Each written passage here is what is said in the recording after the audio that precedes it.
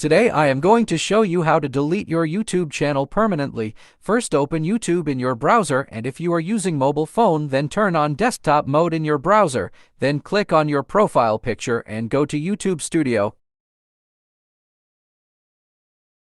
Then Settings. After that, go to Channel option, then Advanced Settings. Scroll down. Go to Manage YouTube Account. View Advanced Settings. After that, click on Delete Channel. Type your account password, then Next. After that, select I want to permanently delete my content. Scroll down, then select these both options.